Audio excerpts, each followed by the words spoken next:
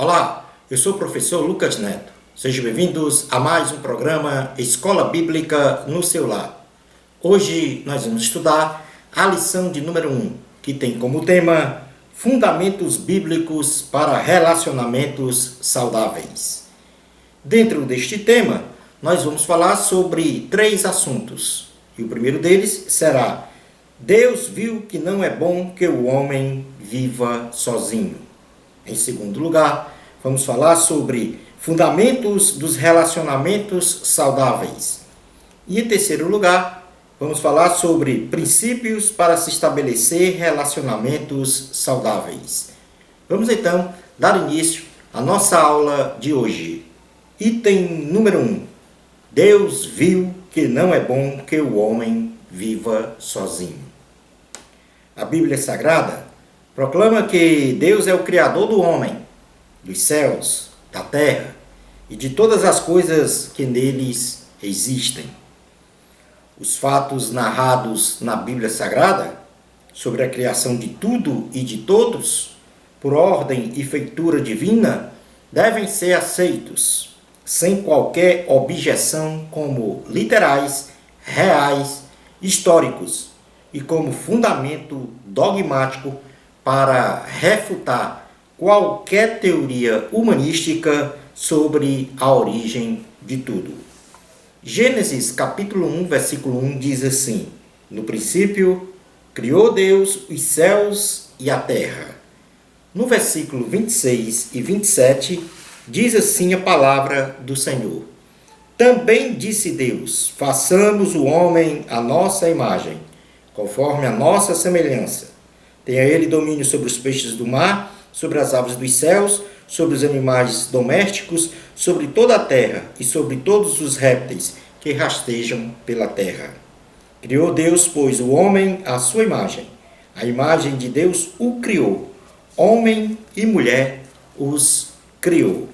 Gênesis capítulo 2, versículos 1 ao 3 diz assim: Assim, pois, foram acabados os céus e a terra, e todo o seu exército. E havendo Deus terminado no dia 7º a sua obra que fizera, descansou nesse dia de toda a sua obra que tinha feito, e abençoou Deus o dia 7º e o santificou, porque nele descansou de toda a obra que, como Criador, fizera. Este protagonismo revela aos homens de todas as épocas sobre a existência de um Deus criador de todas as coisas, detentor de atributos divinos exclusivos, como a onipotência, pode todas as coisas. Deus pode todas as coisas. Onisciência, Deus sabe de todas as coisas. E onipresença, todas as coisas estão contidas nele. E dentre outras revelações, a Bíblia nos mostra elementos que formatam a doutrina do único e verdadeiro Deus, que é um ser pessoal.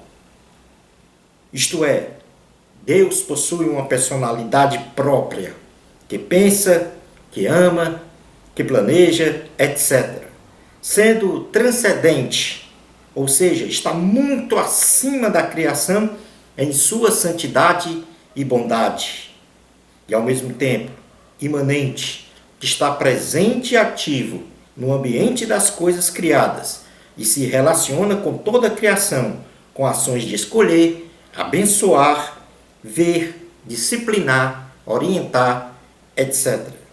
Vamos fazer uma leitura em Gênesis capítulo 3, versículos 8 até o número 13, que vai nos dar então uma ideia desta relação entre Deus e a sua criação. A vontade de Deus é de se relacionar com a sua criação. Diz assim a palavra do Senhor: Quando ouviram a voz do Senhor Deus, que andava no jardim, pela viração do dia, esconderam-se da presença do Senhor Deus, o homem e sua mulher, por entre as árvores do jardim.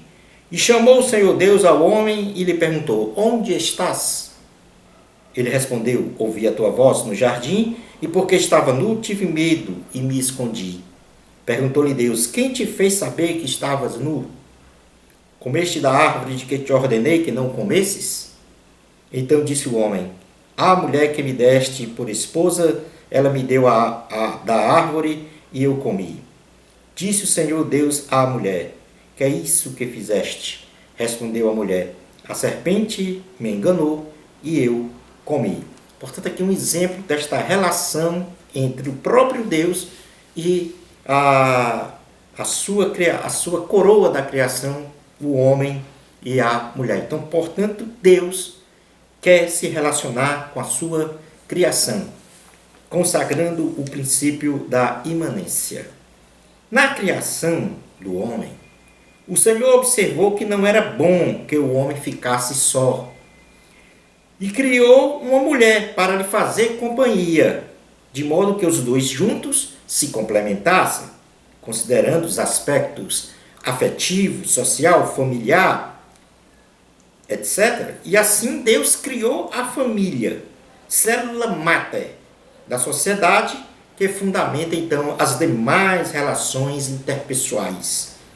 Então o homem também tem esta necessidade de ter estas relações sociais entre os semelhantes. Em Gênesis capítulo 2, versículos 18 a 24, vai então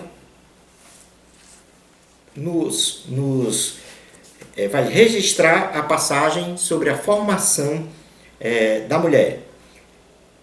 Disse mais o Senhor Deus: não é bom que o homem esteja só. Far-lhe-ei uma auxiliadora que lhe seja idônea.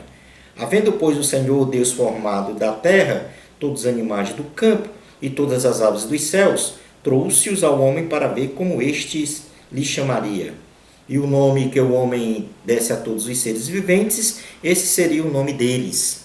Deu nome o homem a todos os animais domésticos, às aves dos céus e a todos os animais selváticos para o homem. Todavia, não se achava uma auxiliadora que lhe fosse idônea. Então o Senhor Deus fez cair pesado sono sobre o homem, e este adormeceu. Tomou uma das suas costelas e fechou o lugar com carne. E a costela que o Senhor Deus tomara ao homem, transformou-a numa mulher, e lhe a trouxe. E disse o homem: esta, afinal, é osso dos meus ossos e carne da minha carne, chamar-se-á varoa, porquanto do varão foi tomada. Por isso deixa o homem pai e mãe, e se une à sua mulher, tornando-se os dois uma só carne. Ora, um e o outro, o homem e sua mulher, estavam nus e não se envergonhavam. Portanto, aqui esta caracterização do ser humano como um ser social. E neste ponto nós temos aqui exatamente a criação da família. Então, quais foram os propósitos de Deus para a criação da família numa perspectiva de relacionamentos? Em primeiro lugar, o primeiro propósito foi evitar a solidão. Quando Deus criou o homem, ele já tinha como propósito que ele não vivesse só, melhor dizendo. E por isso mesmo, criou uma companheira para ele, de modo que ele tivesse com ela uma comunhão, ou seja, uma vida a dois.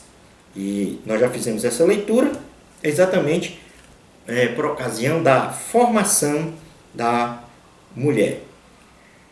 Em segundo lugar, o propósito de Deus para a criação da família, quando ele criou o homem, criou a mulher para o homem, é para também estabelecer o bem-estar social. O homem, pela sua própria natureza, é um ser que necessita agregar-se para formar famílias. E a partir das famílias, uma comunidade. E, por conseguinte, uma sociedade, vivendo relações interpessoais para presumidamente se organizarem e viverem com o intuito de alcançar um bem-estar social.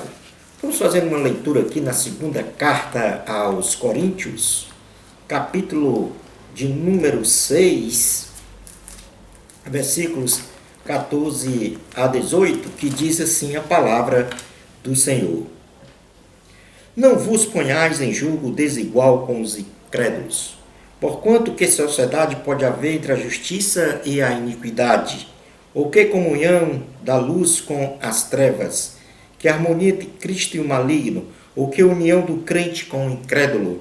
Que ligação há entre o santuário de Deus e os ídolos? Porque nós somos santuário do Deus vivente. E com ele próprio disse: habitarei e andarei entre eles, serei o seu Deus, e eles serão o meu povo. Portanto, aqui uma caracterização de um bem-estar social, ou seja, Deus vai habitar e andar entre o seu povo, e ele será o Deus de seu povo, e eles, no caso, será o povo de Deus. Portanto, aqui caracterizando este bem-estar social da relação em sociedade. Mas também os propósitos de Deus para a criação da família perpassam pelo bem-estar emocional. Marido e mulher, pais e filhos, vivendo harmonicamente, de maneira equilibrada, terão um bem-estar emocional, pois o homem é um ser social, biológico, psicológico e espiritual. Ao ter equilíbrio nestas 4 plataformas, social, biológico, psicológico e espiritual,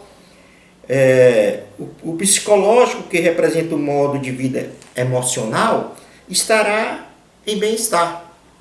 E a família é um grande centro de apoio para a proteção e segurança do ser humano. Portanto, no Salmo 128, nós temos aqui um exemplo de uma família com bem-estar emocional e espiritual. Salmo 128 diz assim: bem-aventurado aquele que teme ao Senhor e anda nos seus caminhos. Do trabalho de tuas mãos comerás. Feliz serás e tudo te irá bem. Tua esposa no interior de tua casa será como a videira frutífera. Teus filhos como rebentos da oliveira, à roda da tua mesa. Eis como será abençoado o homem que teme ao Senhor. O Senhor te abençoe desde Sião, para que vejas a prosperidade de Jerusalém durante os dias de tua vida. Veja os filhos de teus filhos, paz sobre Israel. Portanto, aqui o bem-estar emocional e espiritual da família caracteriza este fundamento de relacionamentos saudáveis. Multiplicação da espécie é um dos propósitos de Deus para a criação da família. Deus, ao criar Adão e Eva, estabeleceu através de uma ordenança que eles se multiplicassem, tendo muitos filhos, mostrando então o padrão familiar de pais, homem e mulher, e filhos para uma família, sendo então este modelo único e aceitável diante do Senhor. Casamentos ou formação de pais com o mesmo gênero não é modelo preceituado pela Bíblia Sagrada. Gênesis capítulo 1, versículo 27 a 28, diz assim a palavra do Senhor: criou Deus, pois, o homem, a sua imagem, a imagem de Deus os criou, homem e mulher os criou, e Deus os abençoou e lhes disse: sede fecundos, multiplicai-vos, enchei a terra e sujeitai, dominai sobre os peixes do mar, sobre as aves dos céus e sobre todo animal que rasteja pela terra. Famílias fortes espiritualmente e equilibradas socialmente formatam uma sociedade saudável, que certamente se aplicará a exercer em seu seio uma relação de amor, de paz, de solidariedade, de obediência e demais preceitos segundo a vontade de Deus. Portanto, aqui, neste primeiro item, Deus viu que não é bom que o homem viva sozinho. Na realidade, Deus criou o homem como um ser social que necessita se relacionar com os outros e utilizou a família como a célula madre, a célula mais importante para formar comunidades, formar sociedades e nações, de modo que as relações dentro dos fundamentos bíblicos fossem saudáveis. Vamos então para o item número 2 da lição, que vai falar sobre os fundamentos dos relacionamentos saudáveis. E, em primeiro lugar, nós queremos falar de forma direta que o fundamento principal é o amor. E vamos definir, então, o que é o amor. O amor, além de ser um sentimento ou uma emoção da alma, do ponto de vista bíblico, pode ser definido como um comportamento sacrificial. Então, o amor, além de ser um sentimento ou uma emoção, ele, do ponto de vista bíblico, o amor, ele é um comportamento sacrificial para com uma outra pessoa ou consigo mesmo. Ou seja, é uma completa doação de um ser a outro, sob todos os aspectos, de forma incondicional, visando o bem-estar social e espiritual de todos. E o maior exemplo deste amor, de doação, de sacrifício, foi exatamente o de Jesus Cristo na cruz do Calvário, onde ele verteu seu sangue em favor da humanidade. Este foi um comportamento que manifestou o maior sentimento de amor de uma pessoa para com outros, no caso, a humanidade. Então, neste contexto, o amor ele pode ser manifestado por uma afeição, por um bem-querer, mas também por uma exortação, ou uma admoestação, ou uma correção, ou mesmo uma repreensão, ou até mesmo um forte castigo, ou uma forte disciplina, sempre visando o bem-estar social, psicológico, biológico e espiritual de uma pessoa, comunidade, povo, nação ou civilização. Portanto, o amor ele tem exatamente esse viés de comportamento, onde nem sempre a afeição é a manifestação de amor. Muitas vezes, a própria disciplina, a exortação, o próprio castigo pode ser, sim, um comportamento, uma manifestação de amor visando o bem-estar de uma outra pessoa, para corrigir. Então, em Hebreus, capítulo de número 2, ou seja, na carta aos Hebreus, aqui no Novo Testamento, nós vamos ver no capítulo 12, versículos 2 a 6, que diz assim: olhando firmemente para o autor e consumador da fé, Jesus, o qual, em troca da alegria que lhe estava proposta, suportou a cruz, não fazendo caso da ignomínia, e está assentado à destra do trono de Deus. Considerai, pois, atentamente aquele que suportou tamanha oposição dos pecadores contra si mesmo, para que não vos fatigueis, desmaiando em vossa alma. Ora, na vossa luta contra o pecado, ainda não tendes se resistir até o sangue, e estáis esquecido da exortação, que como a filhos discorre convosco. Filho meu, não menospreze a correção que vem do Senhor, nem desmaies, quando por ele és reprovado. Porque o Senhor corrige a quem ama e açoita a todo filho a quem recebe. Portanto, aqui esta demonstração de um viés do amor manifestado através de um comportamento de correção, de disciplina, de repreensão e até mesmo de castigo. Mas, a partir dessa definição teológica, bíblica do amor, nós vamos então agora saber quais são as dimensões do amor. Este amor ele é manifestado em quantas dimensões? Então, Jesus ele apontou o amor como a base essencial para o cumprimento, melhor dizendo, dos 2 mandamentos mais importantes da lei, sendo este amor aplicado de forma pragmática em 3 dimensões.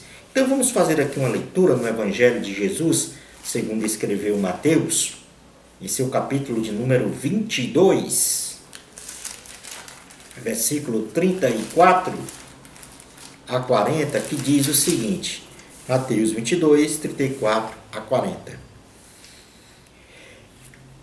Entretanto, os fariseus, sabendo que ele fizera calar os saduceus, reuniram-se em conselho.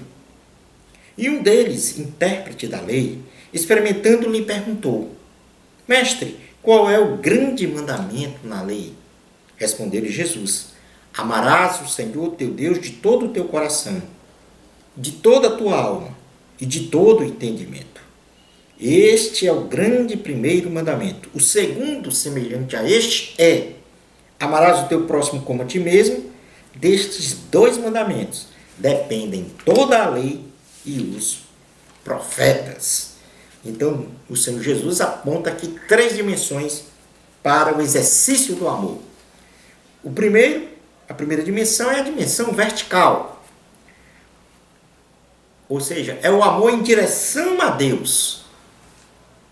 E, neste caso, para amarmos o Senhor, nós temos que renunciar aos nossos eus. Ou seja, temos que obedecer e amar a Deus de todo o coração. E em Deuteronômio, capítulo 6, versículos 4 a 9, diz assim a palavra do Senhor. Deuteronômio, capítulo 6, versículos 4 a 9, diz, ouve, Israel, o Senhor nosso Deus é o único Senhor.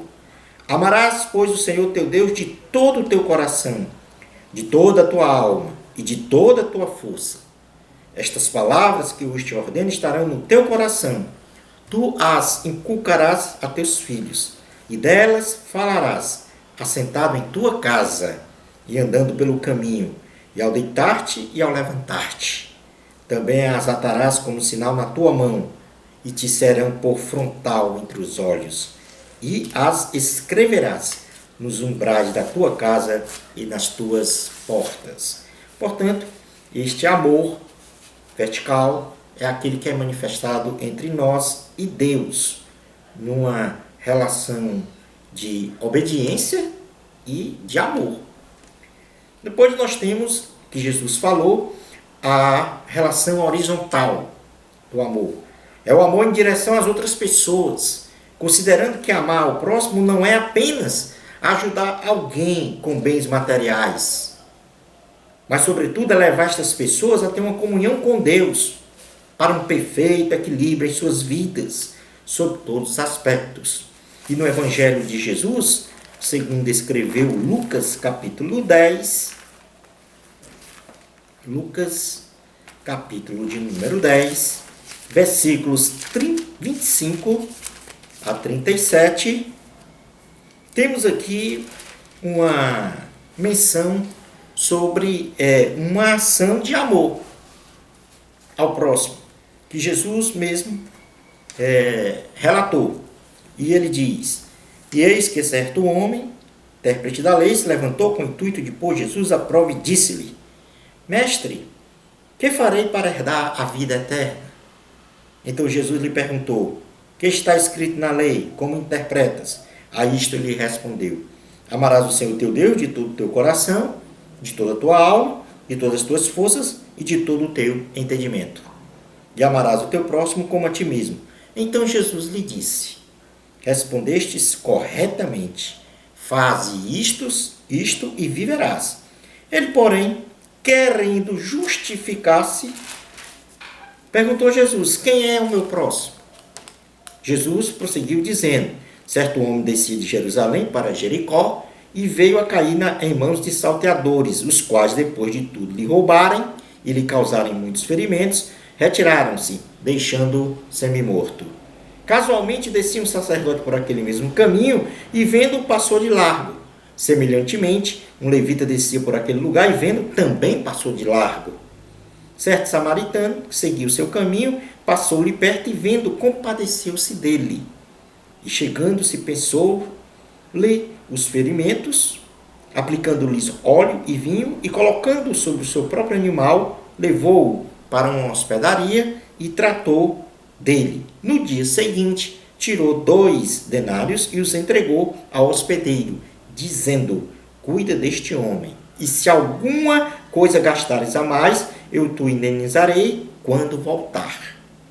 Qual destes 3 te parece ter sido o próximo do homem que caiu nas mãos dos salteadores? Respondeu-lhe o intérprete da lei, o que usou de misericórdia para com ele. Então lhe disse: vai e procede tu de igual modo. Então Jesus deu aqui um exemplo de amor ao próximo. E em terceiro lugar, nós temos esta dimensão do amor com relação à profundidade.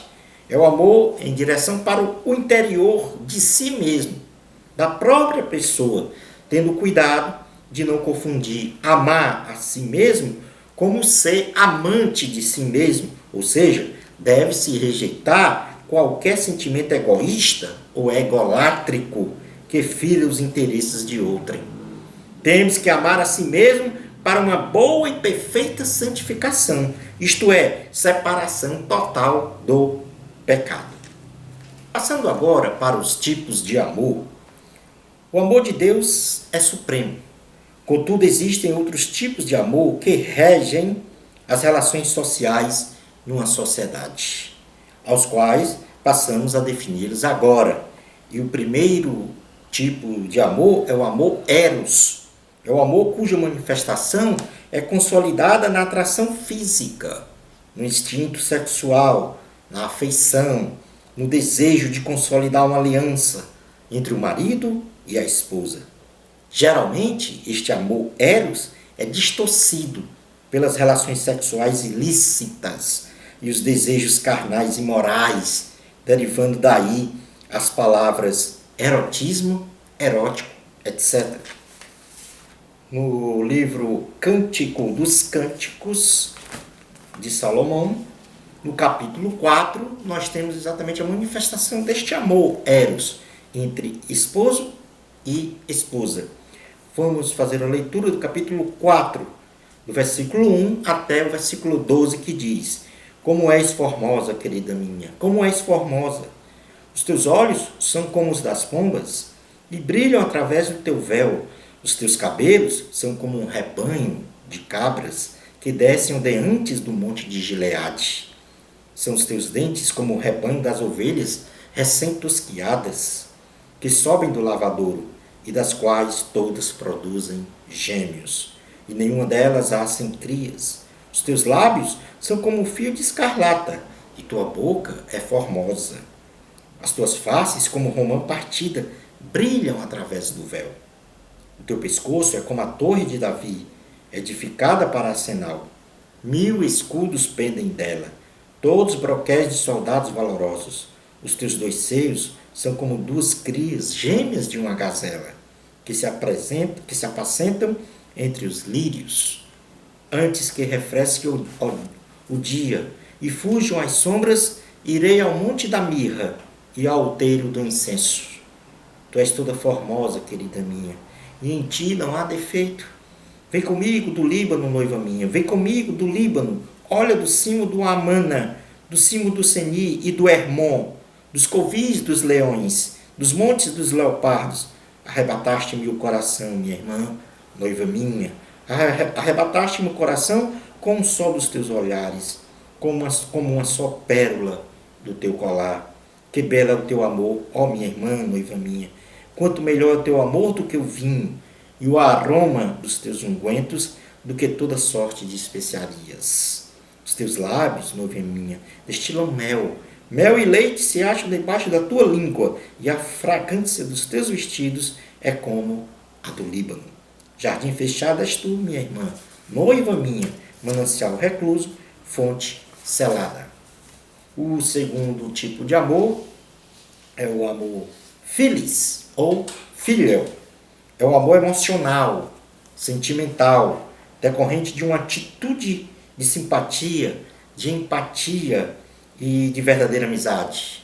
É um tipo de amor fraternal que nos permite gostar daquilo que nos agrada. Na segunda carta de Pedro, capítulo de número 1, versículos 3 a 11, fala deste amor também conhecido como amor fraternal. Segunda carta de Pedro, capítulo 1, versículos 3 a 11, diz assim: visto como pelo seu divino poder nos têm sido doadas todas as coisas que conduzem à vida e à piedade, pelo conhecimento completo daquele que nos chamou para a sua própria glória e virtude, pelas quais nos têm sido doadas as suas preciosas e muito grandes promessas, para que por elas vos torneis coparticipantes da natureza divina, livrando-vos da corrupção das paixões que há no mundo. Por isso mesmo, vós, reunindo toda a vossa diligência, associai com a vossa fé a virtude, com a virtude o conhecimento, com o conhecimento o domínio próprio, com o domínio próprio a perseverança, com a perseverança a piedade, com a piedade a fraternidade, com a fraternidade amor. Porque estas coisas existindo em vós aumentando, faz com que não sejais nem inativos, nem infrutuosos no pleno conhecimento de nosso Senhor Jesus Cristo. Pois aquele a quem estas coisas não estão presentes é cego, vendo só o que está perto, esquecido da purificação de seus pecados de outrora. Por isso, irmãos, procurai com diligência cada vez maior confirmar a vossa vocação e eleição, porquanto, procedendo assim, não tropeçareis em tempo algum, pois desta maneira é que vos será amplamente suprida a entrada do reino eterno de nosso Senhor e Salvador Jesus Cristo. Por esta razão, sempre estarei pronto para trazer-vos lembrados acerca destas coisas, embora estejais certos da verdade já presente convosco e nela confirmados. Também considero justo, enquanto estou neste tabernáculo, despertar-vos com essas lembranças. Em terceiro lugar, nós temos o amor chamado storge. É o amor existente entre pais e filhos, fruto da afeição parental, sendo este um tipo de amor mais sublime que existe entre os homens. E no livro de Isaías, capítulo de número 49, versículo 15, nós vamos exatamente contemplar este amor storge, que é o amor parental, o amor entre pais e filhos. Diz assim: acaso pode uma mulher esquecer-se, ou uma mãe, esquecer-se do filho que ainda mama, de sorte que não se compadeça do filho do seu ventre? Mas ainda que esta viesse a se esquecer dele, eu todavia não me esquecerei de ti. Portanto, o Senhor aqui demonstra que a mulher, a mãe, tem um amor incondicional ao filho e jamais pode esquecer. E por último, o quarto tipo de amor, nós temos o amor ágape. Este é o amor supremo. É o amor que tem como origem o próprio Deus. É incondicional, sem visar recompensas, e que espera tão somente o bem-estar do próximo em todos os aspectos. E não é nem preciso a gente dar um exemplo maior deste amor ágape do que o amor de Jesus para com a humanidade, onde ele deu a sua vida para salvar todos os homens. Ele verteu seu sangue na cruz, mesmo sem pecado, para salvar todos os homens. Esta é a maior demonstração de amor, do amor de Deus, do amor ágape do Senhor. E, nesse sentido, para a gente entender que amor é este, nós vamos aqui, então, agora estudar sobre os atributos do amor ágape. A manifestação do amor ágape de nós com o próximo, ela não é opcional, porque nós temos que também manifestar este amor de Deus para com o próximo. Ela não é opcional. A demonstração deste amor, a manifestação deste amor, ela não é opcional. Na realidade, ela é uma ordenança do Senhor Jesus. E para isso nós devemos ter este amor inundando o nosso coração, este amor ágape, este amor de Deus, segundo o presidir do Espírito Santo em nosso ser. segundo a nossa integral absorção do caráter de Cristo. Na primeira carta de João, capítulo 4, primeira carta de João, capítulo 4, versículos 7 a 21, ele vai falar que aqui Deus é amor. Amados, amemo-nos uns aos outros, porque o amor procede de Deus. E todo aquele que ama é nascido de Deus e conhece a Deus. Aquele que não ama não conhece a Deus, pois Deus é amor. Nisto se manifestou o amor de Deus em nós, em haver Deus enviado o seu Filho, unigênito, ao mundo para vivermos por meio dele. Nisto consiste o amor, não que nós tenhamos amado a Deus, mas em que ele nos amou e enviou o seu Filho como propiciação pelos nossos pecados. Amados, se Deus de tal maneira nos amou, devemos nós também amar uns aos outros. Ninguém jamais viu a Deus. Se amarmos uns aos outros, Deus permanece em nós e o seu amor é em nós aperfeiçoado. Nisto conhecemos que permanecemos nele e ele em nós, em que nos deu do seu Espírito.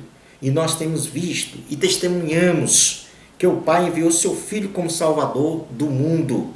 Aquele que confessar que Jesus é o Filho de Deus, Deus permanece nele e ele em Deus. E nós conhecemos e cremos no amor. E cremos no amor que Deus tem por nós. Deus é amor e aquele que permanece no amor, permanece em Deus e Deus nele. Nisto é em nós aperfeiçoado o amor, para que no dia do juízo mantenhamos confiança, pois segundo ele é, também nós somos neste mundo. No amor não existe medo. Antes, o perfeito amor lança fora o medo. Ora, o medo produz tormento. Logo, aquele que teme não é aperfeiçoado no amor. Nós amamos porque ele nos amou primeiro. Se alguém disser amo a Deus e odiar seu irmão, é mentiroso, pois aquele que não ama seu irmão, a quem vê, não pode amar a Deus, a quem não vê. Ora, temos da parte dele este mandamento, que aquele que ama a Deus, ame também a seu irmão. Portanto, a ordenança do amor. E por isso mesmo, agora, nós vamos fazer uma leitura sobre estas virtudes deste amor, que a Bíblia fala. Está lá na primeira carta aos Coríntios, capítulo de número 13, neste texto bíblico, nós temos aqui uma relação de 11 virtudes do amor, ou seja, as características do amor ágape, como é que ele é. Então, em primeiro lugar, ele diz que o amor é paciente. Na realidade, fazendo aqui um desafio a todos os alunos, onde tiver a palavra amor, eu vou substituir pelo meu nome, Lucas.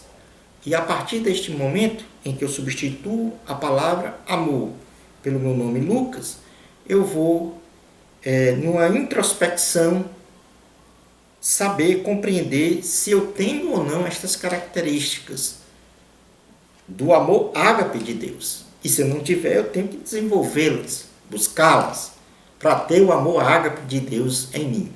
Então vamos lá, eu vou ler na primeira carta aos Coríntios, capítulo 13, até o versículo de número 7.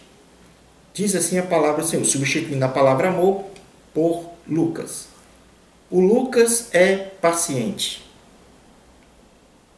Então eu tenho uma introspecção, perguntar a mim mesmo, sou paciente? O Lucas é benigno. O Lucas não arde em ciúmes. O Lucas não se ufana. O Lucas não se ensoberbece. O Lucas não se conduz inconvenientemente. O Lucas não procura os seus interesses. O Lucas não se exaspera. O Lucas não se ressente do mal. O Lucas não se alegra com a injustiça. Mas o Lucas regozija-se com a verdade. Tudo sofre, tudo crê, tudo espera, tudo suporta. Se eu tiver então estas características, então eu tenho um amor ágape de Deus. Se eu não tenho essas características, eu tenho que buscá-la através do Espírito Santo. Então vamos ver aqui, destas 11 virtudes, o que quer dizer cada uma. Paciente, em primeiro lugar, primeira virtude. Quem tem um amor divino não valoriza o padecer e o sofrimento próprio. Não murmura, possui domínio próprio, é prudente e sabe o momento certo de agir. Isso é ser paciente. Em segundo lugar, benigno. Quem tem um amor divino não é cheio de malícias, de má fé, e não pratica o que é mal, mas pratica sempre o bem e boas obras. Em terceiro lugar, não invejoso. Quem tem um amor divino não cobiça os bens materiais do próximo. Não se entristece com o sucesso, êxito e bem-estar de seus semelhantes. Em quarto lugar, quem tem o amor de Deus não se ufana. Quem tem o amor divino não trata com leviandade, não permite buscar egoisticamente o eu, a vaidade, a vanglória, o poder pelo poder, a satisfação pela satisfação. Quem tem o amor de Deus não se ensoberbece. Quem tem o amor divino não faz nascer em seu coração um senso de superioridade sobre os outros, não é orgulhoso, não se considera autossuficiente. Quem tem o amor de Deus não se porta com indecência. Quem tem o amor divino não se conduz inconvenientemente, ao contrário, segue os bons costumes, demonstra pudor, recato e respeito para com todos.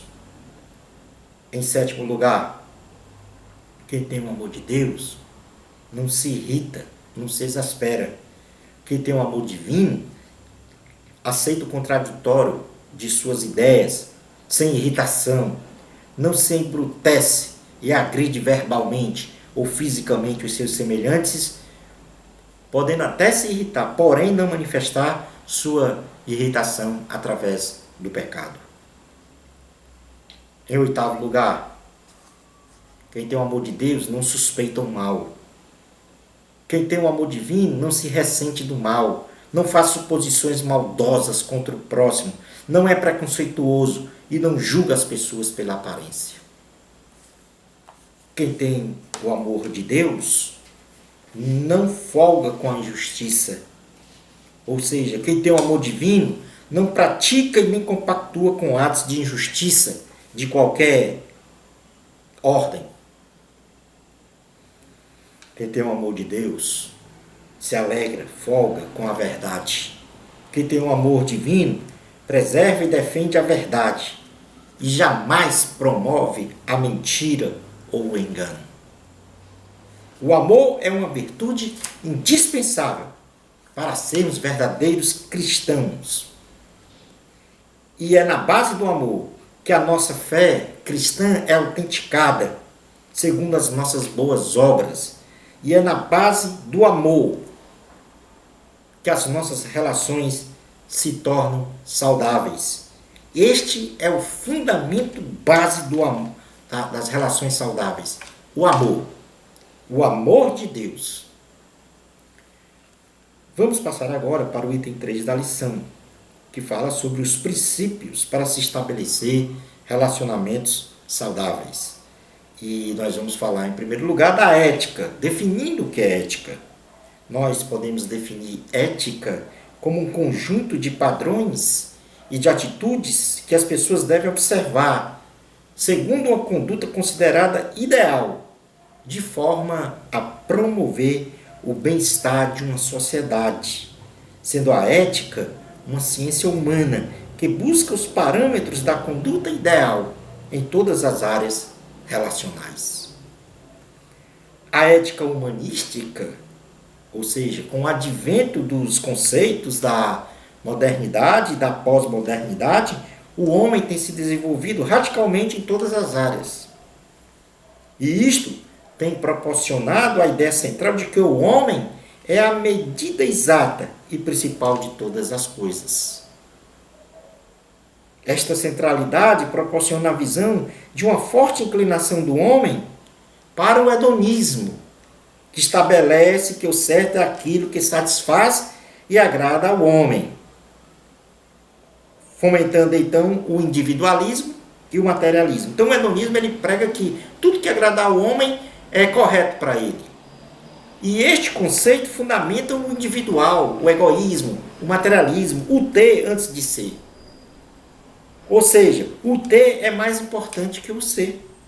Entretanto, o existencialismo se arvora a pregar que o certo ou o errado são relativos à perspectiva de cada indivíduo. Ou seja, o que é certo para uma pessoa pode ser errado para outra.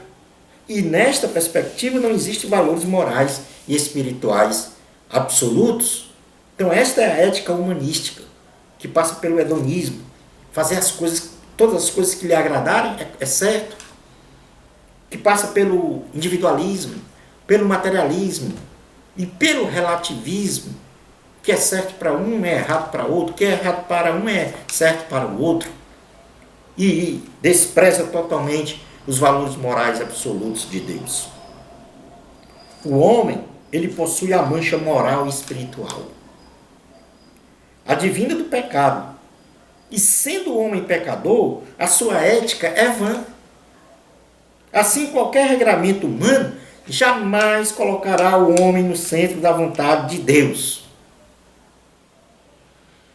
É imperativo que o homem adote sem subterfúgios a ética cristã para se chegar a Deus e viver uma vida feliz. É o que diz a primeira carta de Pedro, capítulo de número 1, versículo 13 a 25. Primeira epístola de Pedro, capítulo 1, versículos 13 a 25, que nos conclama a santidade na vida. Diz assim: por isso, sigindo o vosso entendimento, sede sóbrios, e esperai inteiramente na graça que vos está sendo trazida na revelação de Jesus Cristo. Como filhos da obediência, não vos amoldeis às paixões que tinhas anteriormente na vossa ignorância. Pelo contrário, segundo é santo aquele que vos chamou, tornai-vos santos também vós mesmos, em todo o vosso procedimento, porque escrito está: sede santos, porque eu sou santo. Ora, se invocais como Pai aquele que, sem acepção de pessoas, julga segundo as obras de cada um, portai-vos com temor durante o tempo da vossa peregrinação, sabendo que não foi mediante coisas corruptíveis, como prata ou ouro, que fostes resgatados do vosso fútil procedimento que vossos pais vos legaram, mas pelo precioso sangue, como de cordeiro, sem defeito e sem mácula, o sangue de Cristo, conhecido com efeito antes da fundação do mundo, porém manifestado no fim dos tempos, por amor de vós, que por meio dele tendes fé em Deus, o qual ressuscitou dentre os mortos e lhe deu glória, de sorte que a vossa fé e esperança estejam em Deus. Tendo purificado a vossa alma pela vossa obediência à verdade, tendo em vista o amor fraternal, não fingido, amai-vos de coração uns aos outros ardentemente, pois fostes regenerados não de semente corruptível, mas de incorruptível, mediante a palavra de Deus, a qual vive e é permanente. Pois toda a carne é como a erva, toda a sua glória é como a flor da erva. Seca-se a erva e cai a sua flor. A palavra do Senhor, porém, permanece eternamente. Ora, esta é a palavra que vos foi evangelizada. Passando então agora a falar um pouco sobre a ética cristã, vamos definir o que é ética cristã. Nós podemos definir a ética cristã como um conjunto de valores morais e espirituais absolutos, exalados nas escrituras sagradas, que imperativamente regulam a conduta dos homens neste mundo. Isto nas perspectivas de uma relação saudável com Deus, numa relação saudável com o próximo e numa relação saudável consigo mesmo.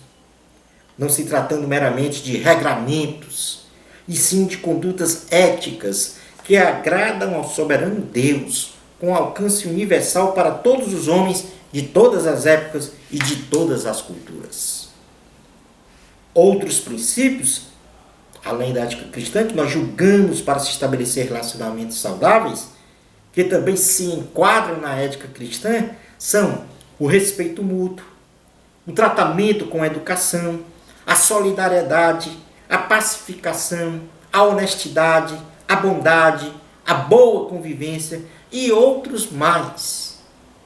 Princípios que criam a atmosfera ideal de uma relação cristã saudável.